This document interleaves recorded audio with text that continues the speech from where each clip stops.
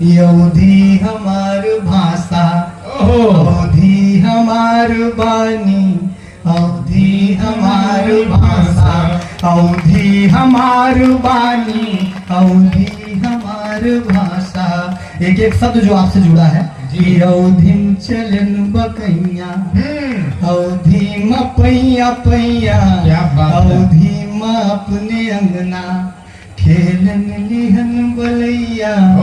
तो अवधी मम कह के बचपन में मांगा पानी, हमार भाषा, अवधी हमार पानी, अवधी हमार। अगली पंक्ति आप ही बोला करो, बहुत रटी हुई होनी चाहिए। जी भैया।